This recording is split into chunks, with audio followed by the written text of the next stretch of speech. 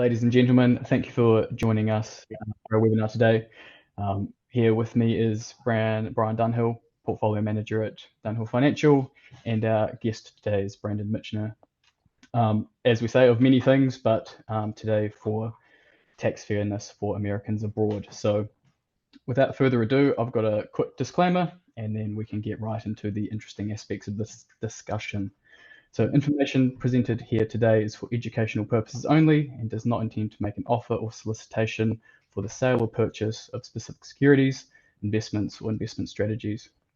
Investments involve risk and, unless otherwise stated, are not guaranteed. Be sure to first consult with qualified financial advisor and or tax professional before implementing any strategy discussed herein. And today's webinar is brought to you by DF Direct, the low-cost, no-minimum investment platform designed for US expats. Whether you're just starting out or looking to lower your investment fees, DF Direct is the ideal solution. It's perfect for those who don't need full financial planning but still want to grow their wealth. We make it seamless to fund your account or transfer from your current provider with step-by-step support along the way. If you have any questions or you're ready to get started, you're welcome to email me on ruben@df-direct.com. And without further ado, I'd like to hand the conversation over to Brian and Brandon. Well, let's just give a little bit more background on Brandon. I've known you, Brandon, for 14 years now, believe it or not. I met you back at Avenue Louise. I don't know if you remember that event way back in 2005. So it's just making me feel old now but Brandon is a delight to work with on different things. Brandon is a seasoned strategic communications and public affairs consultant with an extensive experience throughout Europe. Born and raised in the United States, you'll tell it from the accent. He's lived in Europe for, I don't believe that it's 30 years, but that's what they tell me. 30 years. He studied across the continent, then later worked as a journalist for Dow Jones, in the Wall Street Journal, amongst others in New York City, Frankfurt, and Brussels. And now he's made the switch to public relations, European public affairs, and most importantly, wine. Yeah. That's not the true reality, but you will want to check out his website. Am I pronouncing it right? Teremyelli-Cieli? Teremyelli-Celli. There we go. Perfect. Okay. You can spell it, you get a free bottle. No, that's not true. Essentially, today we're talking to Brandon, not about all those interesting things, but about his duties as the executive director of the Tax Fairness for Americans Abroad, which is advocating for U.S. tax reform for expatriates. Did I miss anything on there, Brandon? No, I think you covered a lot. Brilliant. Brandon, thank you for joining us today. It's a big, important time for us. As Lahood, a congressman from Illinois, has presented a bill with the backing of your organization. So do you want to give us a little bit of a synopsis of what this bill is and what we're looking at? Yeah, sure. First, I will follow Ruben's example with a couple of disclaimers and say that, contrary to what the title might suggest, I am neither a tax expert nor an accountant. I am a public policy person, and the reason that I got involved with this is it involves lobbying. We're lobbying Congress. That's essentially what it's about. And this bill, introduced by Darren Lahood in December, would end something that I'm guessing it's mostly Americans listening to this call, but it affects every American, and you should all know what I'm talking about: the double taxation, or at least the obligation to go through the motions of filing a tax return every year, as well as FBAR and FATCA forms, whether or not you owe any U.S. taxes. And the reason that Mr. Lahood has done this is that Donald Trump, as a presidential candidate not so long ago, promised to end the double taxation of Americans abroad. And being a ardent Trump fan, Mr. Lahood wanted to help make good on one of Mr. Trump's promises to electorates. And of course, Chicago being a big city, there are a lot of Americans overseas from Illinois. He focused on this bill. He's also a member of the House Ways and Means Committee, which, for those who don't know, is the one that writes the U.S. tax laws. So that's the quick story. Brilliant. Well, I think everybody's singing in their head the Schoolhouse Rock song, that it's just a bill. But what do you see as the next steps for this process? Well, we're sort of in between step one and step two, you could say. So tax fairness for Americans abroad helped Mr. Lahood write this bill in the sense that we spoke with him both directly and through the lobbying firm that we engaged in Washington to make sure that this bill ticked all the boxes that we could think of at the time. Now, what we've done since that bill was introduced is gather feedback from people, and we've had responses from, last time I checked, 712 people, sometimes very simple, like, thumbs up, great job, make it happen, to very, very detailed, accounting and tax advice, a couple of things that maybe were missed in the Lahood bill. So the idea now is that, and this is a congressional procedure, every bill expires at the end of the current Congress and needs to be reintroduced in the next Congress. So Mr. Lahood is planning to reintroduce the bill into the new Congress, but not quite yet, because we're waiting for something called the Joint Committee on Taxation to come back with what's called a score. So it means how much will this cost? And our intention was to make it revenue neutral, to make it as easy as possible for members of Congress to approve and avoid obstacles to its adoption. But JCT, as it's known, has a large backlog. So they're taking longer than we had hoped in order to come back with this score. But that's not terrible, because the reconciliation package for the tax matters is also delayed. So they may end up meeting in perfect synchrony. So we don't know the timing on either of those, other than that, we're pushing for the JCT score to come as quickly as possible. And I know that there are plenty of people in Congress pushing for the reconciliation bill to be advanced as quickly as possible. Wonderful. You talk about revenue neutrality on that. Can you take us through how the bill works to get it to be revenue neutral? Yeah, it's a good question. Thanks. So there are two main ways. One is that, well, I would start by saying for most Americans overseas, this should also be revenue neutral. I mean, you should not have to pay tax on the way out. The whole point is to avoid double taxation. So if you've been up to speed with your taxes, there should be no reason to have to pay anything on the way out, unless you are very, very wealthy. And we introduced a threshold of, I think, 14 point something million euros, which is not just taken out of thin air. That's the estate tax threshold. I think it's 13.99 million. So just 13.9 shy of 14. million. You know better than I do. It's close. So we just took that number and referenced the estate tax threshold, saying, okay, this sounds like a number that Congress has already thought about. That's sort of a threshold between, let's say, people who are not considered to be super wealthy and the very wealthy. And the reason for doing this was purely political. There are many people involved with tax fairness for Americans abroad who thinks any American, either who is overseas or who wants to move overseas, has a right to do so. They should be able to move overseas at any moment. But there is still a very split Congress, despite the Republican majorities. It's razor thin in the House. And we wanted this to be a bipartisan bill. And the only way to get Democratic support was to ensure that it not be seen as, opening a giant door or throwing out the red carpet for very wealthy people to leave the United States and say, nya, nya, you can't get us now, as has unfortunately already happened. So they wanted and insisted on avoiding creating any kind of, openings for people to abuse the system and avoid paying taxes. Brilliant. Well, so you talk about making it a bipartisan bill. Are there any conversations about having co-signers on the bill? There are indeed. So we have initially started out with Republican sponsors, and we are looking for the Democratic sponsors, and not just looking, but very actively talking with Democratic sponsors. We have people in both the House and the Senate who would very much like to be co-sponsors because they have been involved with these issues in the past. They may be members of the Congressional Americans Abroad Caucus.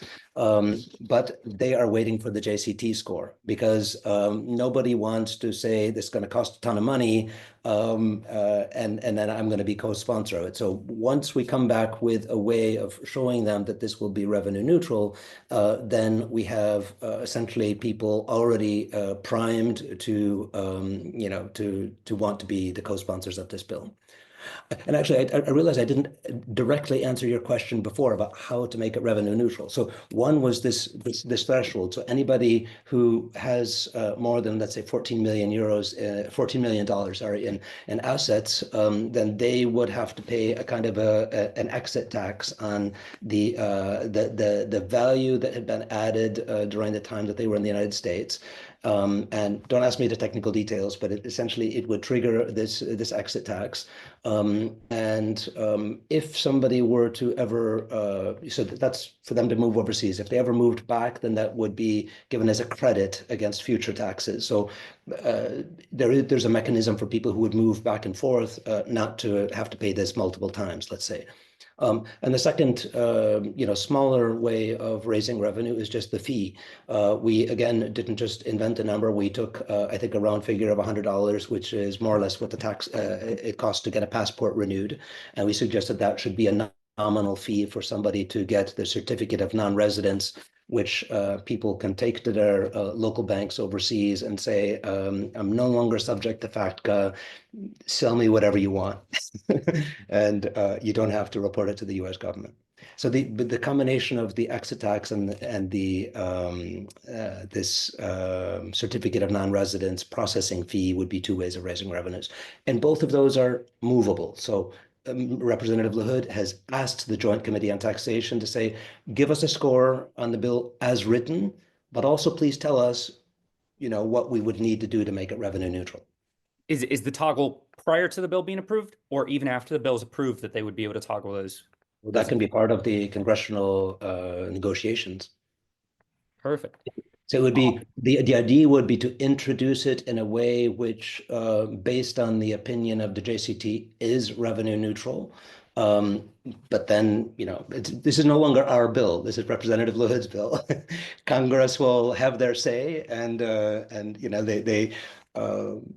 don't think there is any case to be made for making this a big revenue generator, given all the tax breaks which are being thrown out left and right these days, and all the pain that Americans overseas have felt for many, many years. But we at least want it to be revenue neutral to avoid obstacles to its passage. Perfect. Now, would this affect a time period that they could actually, or would have to stay out, or could come back in? Or is it every year that they get to make the decision? America, who wants to move Of over? whether they opt out of the US tax system? No, I mean, that wouldn't affect that at all. So as written, the rules say basically that somebody would need to have a period of 3 out of the last 5 years that they live overseas to qualify for opting out. And again, the reason for this is to avoid saying somebody, okay, moves overseas for 3 years, but then moves straight back. Were they really an expat? If it's a period of 3 years, they may be, sent over by a U.S. employer on a U.S. expat package, for example, with exchange rate equalization and all kinds of things. So they're not really an expat. I mean, that's how I came to Europe. I was an expat working for the Wall Street Journal. I paid taxes as if I lived in the United States. So, people like that shouldn't really have any reason to want to opt out because they're getting the best of both worlds anyway. But what it's meant to apply to is real expats, people like you and me who've lived overseas forever. And, there's no reason we should ever have had to file, 2 tax returns a year, or if you got a business like me and you, 4 tax returns a year, let alone do that the rest of our lives. Perfect. Now, essentially, with the opt-in or opt-out clause, that means that any of us that could get a benefit by being in the US system, we won't have the risk of being pushed out of the US system. No. So, and the reason that that is in there, which is also surprising to me when I first started dipping my toes in this pond, there are some countries, including France, which have very favorable bilateral treaties with the United States. So it may, in fact, be to the benefit of Americans living in France, or at least a lot of Americans living in France, to just continue to pay into the US system because they get beneficial tax treatment. For most of the rest of this, it would make more sense probably to opt out. And in fact, when we did this survey to gather feedback on the Lahood bill, 98% of the people, the 712 people who responded said they support residence-based taxation, and 97% said they would opt for it if given the chance. So even if, France is, a big country with a lot of Americans, you see it's still by far in the minority in terms of the popularity of this bill. Now, how does it affect estate taxes? Is somebody still on U.S. estate taxes if they opt out during that period and they sadly pass away?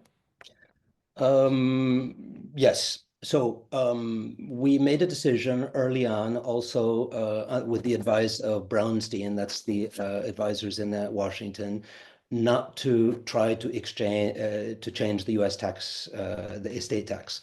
The reason being that different people deal with that. It's another whole set of laws, and we only wanted to focus on the income tax declaration.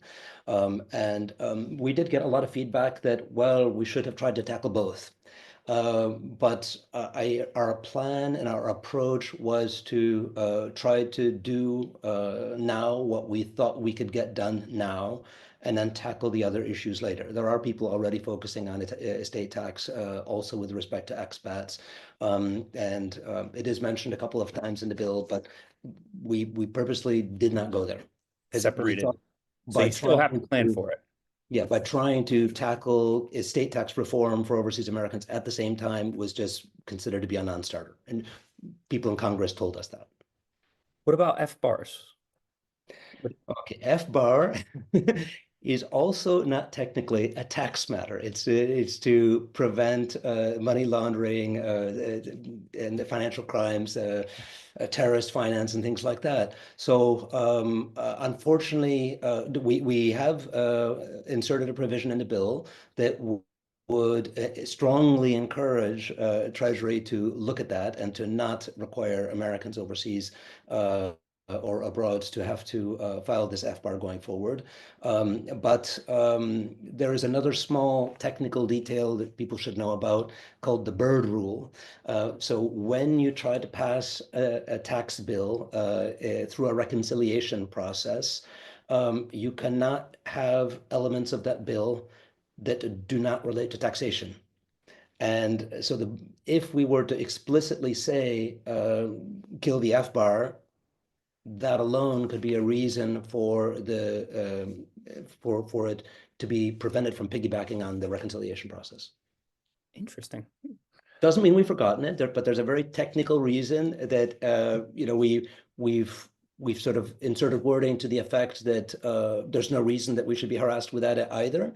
But we've not gone so far as to ask for its removal entirely, because that would go beyond the scope of what's possible in a reconciliation bill. Absolutely. I think the most important question that I have for you is, if people on this call or that are watching the YouTube afterwards want to support this, how do they do so? Well, we've got a website. It's very easy to find. You just Google Tax Fairness for Americans Abroad. You can check out what we've been up to. There is a page called Help, so taxfairnessabroad.org/help, where you can tell your story. So on our blog, we publish testimonials from people on a regular basis that basically are open letters to Congress to show how harmful the existing U.S. laws are to Americans overseas. You can also volunteer to help. So we've got a big group of volunteers that initially came to us via that help page on the website.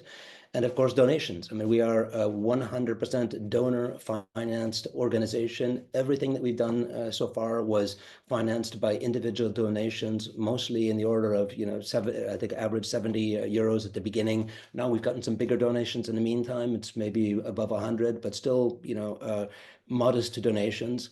And I always compare this with the cost of, hiring a specialist tax preparer or accountant to help you with your U.S. taxes. I mean, I personally spend about $2,000 a year. So if I spend a small fraction of that to never have to file those taxes again, it's a really good investment. And there is a very good chance that we can get this done even this year. Brilliant. You're thinking this year. What about writing your congressman? Yeah, we've also been encouraging people to write to their congressmen, and it's easier said than done. I don't know if you've ever tried to do this. You find that many of them have clunky websites that require you to insert a U.S. address or a U.S. phone number or a U.S. zip code before you can even submit a comment. But nobody can prevent you from calling the switchboard, and they actually do take calls. They record the gist of the calls, and the best thing is actually just pick up the phone, call your congressman, and then tell them, please support the Lahood bill when it's reintroduced. Explain in 2 sentences that citizenship-based taxation is very harmful to the interests of Americans abroad, and that you really would appreciate their support on this important matter. Brilliant. Ruben's actually posted not only the donation page, the help page that you mentioned, but also how to find your Congress member in the webinar chat. That is the perfect place to add any questions that you'd like to ask Brandon. This is your opportunity to find out anything you want to know about this great bill and great effort. How did you get involved in this whole project? That is an excellent question. So I mentioned the fundraising at the beginning. The person who did the first fundraiser for this initiative is named Fabien Leagre. He's a Frenchman who runs the Association of Accidental Americans. And he started a GoFundMe, I think almost 2 years ago now. And this popped up in my feed somewhere, Facebook or elsewhere. And I had heard of him before. I had read about some results that he was getting in Europe. And I honestly thought that he was getting more results than some of the long-established Americans Abroad organizations that I had been members of before. I made a small donation, and I dropped him a note saying, I'd be happy to do more. I happen to be a communications expert. And he wrote to me, and I ended up writing the website.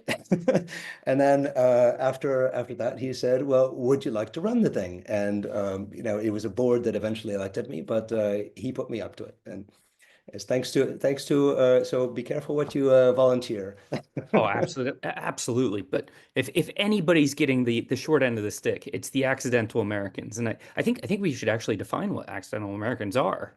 Yeah. So an accidental American is somebody who, in most cases, was born in the United States to non-US parents, and then lived and moved back abroad, sometimes while they were literally still in diapers.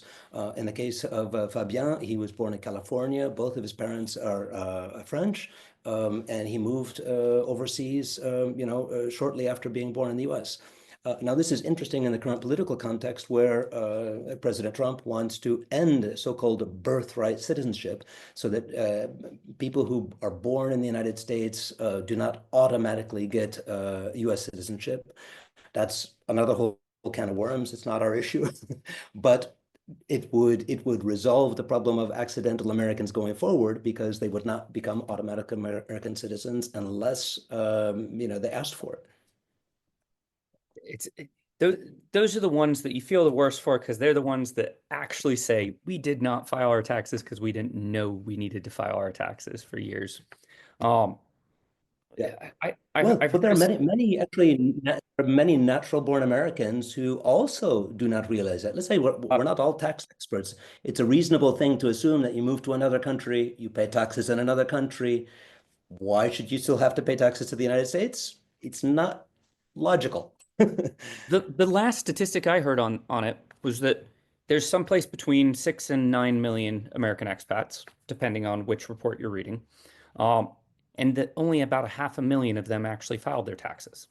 Yeah. Uh, So, that doesn't mean all the rest are tax dodgers. That just means there's some holes in the system. yeah, so the number that we're now using, the State Department number that still sometimes circulates is 9 million, but most people talk about more like 5 or 6 million Americans abroad. Some of this is based on voting records because we know how many people vote. You can extrapolate from that and say, okay, maybe they have family, kids, so the kids don't pay taxes clearly until a certain age.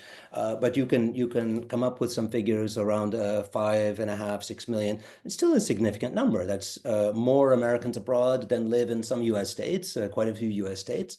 And even if it's only 1.5 million people who go through the motions of filing the tax return, it still is a considerable burden on those who do. What the IRS's own statistics show is that the vast majority of those people don't know any taxes. So we're all doing this for no good reason. It's costing us money in accounting. We've just published a blog post on how much this is costing us in accounting. And honestly, it's a bit of a shocker. The longer you live overseas, the more this adds up to. It's much money that I would much rather invest for retirement with the help of good financial advisors. So I think we could all look forward to residence-based taxation and spending that money more wisely. Absolutely. Well, Brandon, thank you for showing up today, first of all. Thank you for having me. Wonderful conversation. I think this is so enlightening, but most of all, thank you for all your work that you're doing for the Tax Fairness Abroad group. Please, anybody on this, if you have any insight into different ways to get this across the line, different ways that you can help the organization, or if you can donate even a small amount to the organization, we ask that everybody does so and reach out to Brandon for anything so he can volunteer you to places that he can utilize your help. Yeah, we can definitely put people to work. Yeah, thanks. Thank you very much for having me. Have a wonderful evening, everyone, and we hope to see you very soon.